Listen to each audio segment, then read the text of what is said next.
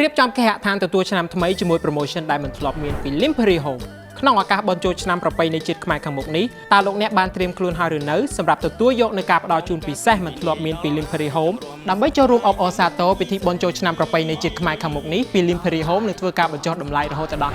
50% ចំពោះផលិតផលគ្រឿងសង្ហារឹមនិងចង្កៀងជាច្រើនប្រភេទសូមបញ្ជាក់ផងដែរថាផលិតផលគ្រឿងសង្ហារឹមដែលមាននៅហាង Limpery Home ទាំងអស់សុទ្ធសឹងតែជាផលិតផលដែលមានគុណភាពខ្ពស់នាំចូលមកពីប្រទេសទួរគី